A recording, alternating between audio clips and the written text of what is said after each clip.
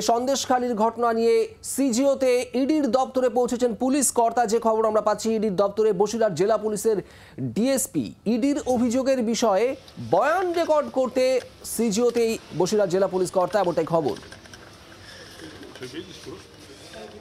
নান্টু হাজরা আমাদের প্রতিনিধি জানাচ্ছেন এই মুহূর্তে এই নিয়েই। নান্টু, কি খবর পাওয়া যাচ্ছে? বয়ান রেকর্ড করতে গিয়েছেন পুলিশ আধিকারিক, এমনটাই আমরা সূত্র মারফত জানতে পাচ্ছি, কি খবর?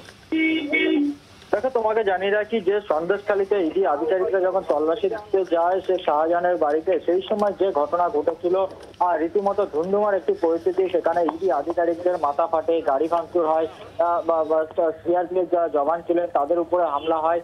সেই ঘটনায় ইডির তরফ থেকে একটি কমপ্লেন করা হয়েছিল সংশ্লিষ্ট থানায়, এবং তারপরে দেখা যায় যে সেই দিনকেই কিন্তু এই ডিএসপি সেই সময় হাসপাতালে গিয়ে যারা আহত তাদের বয়ান রেকর্ড করেছিল, এবং তার পরবর্তীতে সিজিও কমপ্লেক্সে এসে তারা কিন্তু আধিকারিকদের সাথে কথাও বলে ইডি আধিকারিকদের সাথে।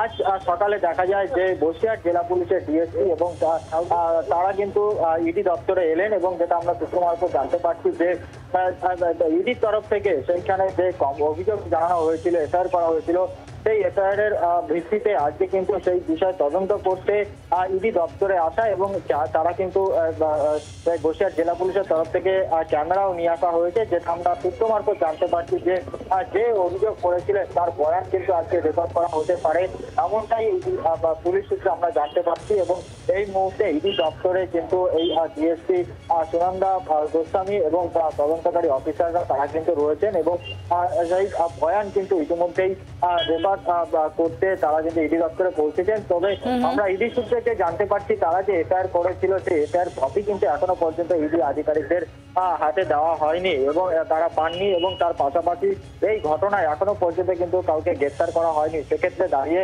আজকে ইডি দপ্তরে যে ইডি আধিকারিকরা যে কমপ্লেন করেছিলেন তার বয়ান আদৌ কি রেকর্ড করতে পারবেন এই জেলা পুলিশের আধিকারিক, সেই বিষয়ে কিন্তু নজর রাখতে হবে।